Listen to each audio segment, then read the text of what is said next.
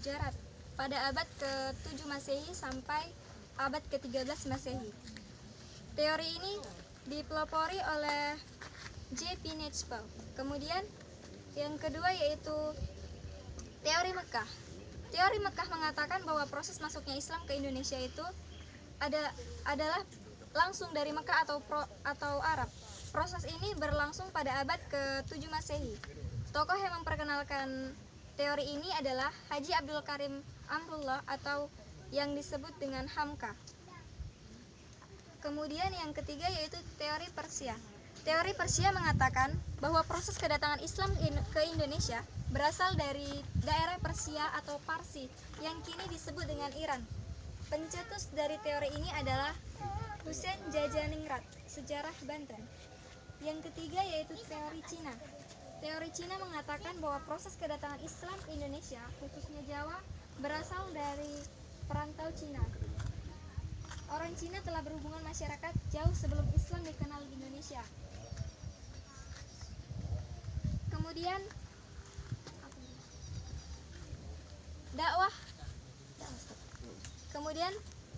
dakwah Islam sebelum awal mulanya masuk Islam ke Indonesia yaitu melalui jalur perdagangan.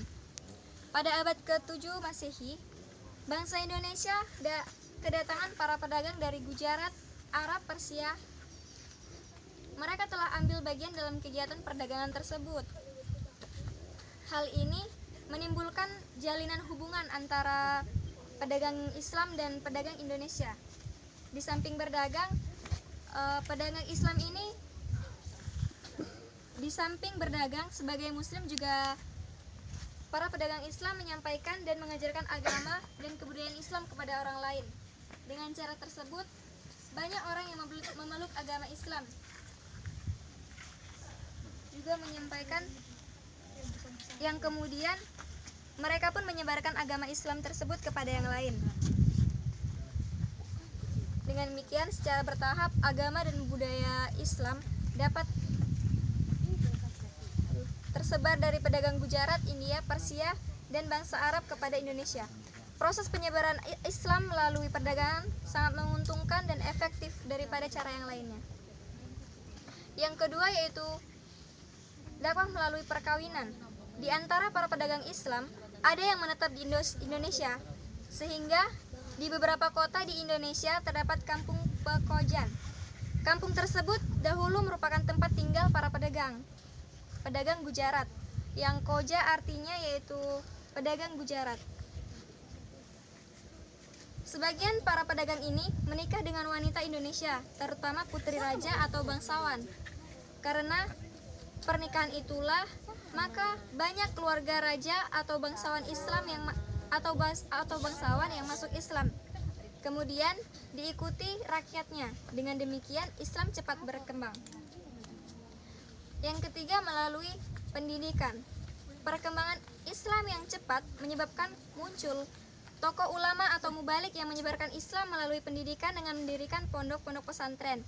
Dan di dalam pondok pesantren itulah tempat pemuda-pemudi menuntut ilmu yang berhubungan dengan agama Islam. Yang jika para pelajar tersebut selesai dalam menuntut ilmu mengenai agama Islam, maka mereka mempunyai kewajiban untuk mengajarkan kembali ilmu yang diperolehnya kepada masyarakat lain. Yang akhirnya masyarakat sekitar menjadi memeluk agama Islam.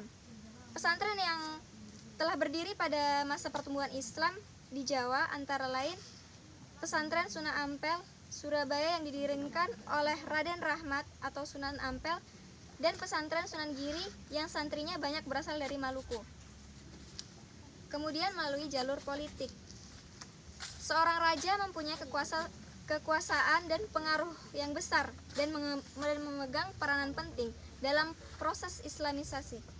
Jika sebuah kerajaan memeluk agama Islam, otomatis rakyatnya akan berbondong-bondong memeluk Islam karena masyarakat memiliki kepatuhan yang tinggi dan selalu menjadi panutan rakyat. Jika raja dan rakyat memeluk agama Islam, pastinya demi kepentingan politik, maka akan diadakannya perluasan wilayah kerajaan yang diikuti dengan penyebaran Islam. Yang terakhir yaitu melalui dakwah kalangan masyarakat. Di kalangan masyarakat Indonesia sendiri terdapat juru-juru dakwah yang menyebarkan Islam di lingkungannya. Antara lain, Dato' Ri Bandang menyebarkan agama Islam di daerah Goa, Sulawesi Selatan. Tua Tanggang Parang penyebaran Islam di daerah Kutai, Kalimantan Timur. Seorang penghulu dari Demak menyebarkan agama Islam di kalangan para bangsawan Banjar, Kalimantan Selatan. Para wali menyebarkan agama Islam di Jawa. Wali yang terkenal yaitu Wali Songo atau Wali Sembilan, yaitu yang pertama Sunan Gresik atau Maulana Malik Ibrahim, yang kedua Sunan Ampel atau Raden Rahmat, yang ketiga Sunan Bonang atau Makdum Ibrahim, yang keempat Sunan Giri atau Raden Paku, yang kelima Sunan Derajat atau Syarifuddin, yang keenam Sunan Kalijaga atau Sunan Jaka Sahid, yang ketujuh Sunan Kudus atau Jafar Shadiq, yang kedelapan Sunan Muria atau Raden Umar Said, yang kesembilan Gunung Jati atau Valetehan. Para wali tersebut adalah orang asli kecuali Sunan Gresik. Mereka memegang beberapa peran di kalangan masyarakat, yaitu sebagai penyebar agama Islam. Yang keenam, melalui seni budaya. Perkembangan Islam dapat melalui seni budaya, seperti bangunan masjid, seni pahat, seni tari, seni musik, dan seni sastra. Cara seperti ini banyak dijumpai di Yogyakarta, Solo, Cirebon, dan lain sebagainya. Seni budaya Islam dapat dibuat dengan cara mengakrabkan budaya daerah setempat dengan ajaran Islam yang disusupkan ajaran tauhid, yang dibuat sederhana, sehalus, sedapat mungkin memanfaatkan tradisi lokal. Baiklah, sekian yang dapat saya sampaikan. Yang selanjutnya akan dilanjutkan oleh Saudara Rizky. Baiklah, saya akan menjelaskan beberapa hal penting tentang sejarah awal mulanya masuknya agama Islam ke Indonesia pada abad ke-7. Banyak juga teori-teori yang mengatakan agama Islam masuk pertama kali di Indonesia pada abad ke-11.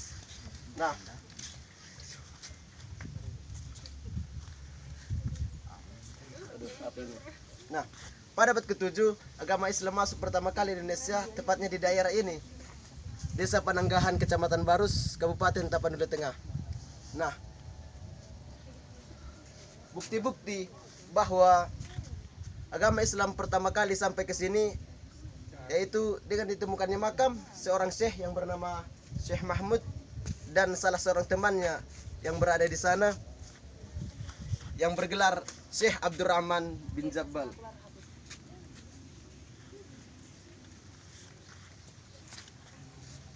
Dapat kita lihat bahwa salah satu bukti agama Islam masuk pertama kali di Indonesia dengan arsitektur nisan yang ada di makam ini, dengan ditemukan dengan tulisan aksara Arabnya dan bentuk nisannya sama halnya yang ada di Gujarat. Maka dengan demikian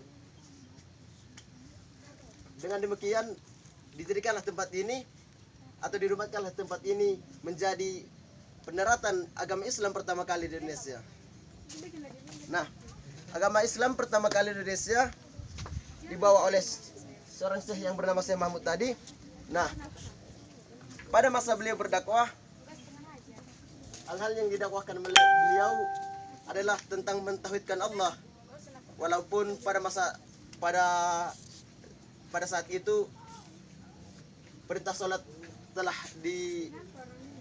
walaupun pada masa itu saya perintah sholat telah ada, tapi inilah ajaran yang didakwahkan oleh beliau tentang mentauhidkan Allah. Dapat kita lihat pada bagian batu nisan ini terdapat aksara Arab, bahwa tulisan itu yang bertuliskan tentang perintah untuk mentauhidkan Allah. Nah, barus ini juga ada yang mengatakan barus ini adalah kota Islam pertama, bahkan kota Islam pertama yang pernah hilang karena di tempat ini, karena tempat ini atau makam Syekh Mahmud ini jauh dari tempat, maksud saya jauh dari tempat ibu kota, sehingga makam beliau susah untuk ditemukan. Nah, ada beberapa keistimewaan pada makam ini. Yang pertama, yang ditemukannya guci yang ada di sana. Nah, guci itu waktu itu guci itu sangat istimewa, mempunyai karomah. Nah, guci itu selalu bersih air ya, selalu bersih air, dan dapat digunakan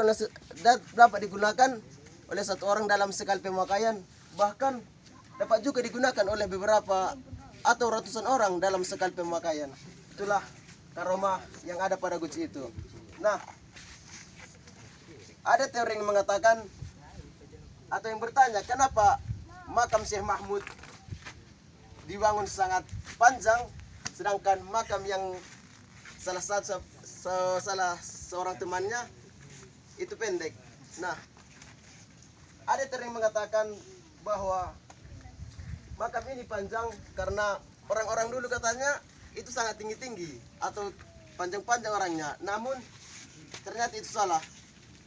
Makam ini panjang karena itu disimbolkan bahwa ilmu pengetahuan beliau lebih tinggi daripada sahabatnya itu, sehingga makam sahabatnya lebih pendek daripada makam Syekh Mahmud. Nah, itulah mungkin yang dapat saya ulas sekilas tentang sejarah masuknya Islam ke Indonesia, tempatnya di makam Papan Tinggi, Desa Panangkahan, Kecamatan Barus. Mungkin hanya memang sebatas inilah saya dapat mengutarakan tentang sejarah tempat ini atau sejarah makam ini yang nah betul, hanya sampai inilah saya dapat mengulas tentang sejarah tempat ini. Mungkin ada teori-teori yang lain mungkin yang mengatakan tentang sejarah tempat ini. Ya, hanya nah, demikianlah yang dapat saya sampaikan. Demikianlah yang dapat saya sampaikan. Mudah-mudahan bermanfaat. Mudah-mudahan bermanfaat bagi kita semua, karena bagaimanapun kita tak sepatutnya lupa tentang awal mulanya masuk Islam pertama kali di Indonesia, yaitu di tempat ini, di desa Pananggahan, Kecamatan Barus, tempatnya di makam Papan Tinggi yang ada di Kabupaten Tapanuli Tengah. Nah, sekian dari saya, atau sekian dari kami semua, perwakilan dari kelas 12 agama Pondok Pesantren Darul Hikmah. Saya akhiri, wabillahi taufik wal hidayah. Wassalamualaikum warahmatullahi wabarakatuh. Waalaikumsalam warahmatullahi wabarakatuh. Udah usah lagi. Udah cukup.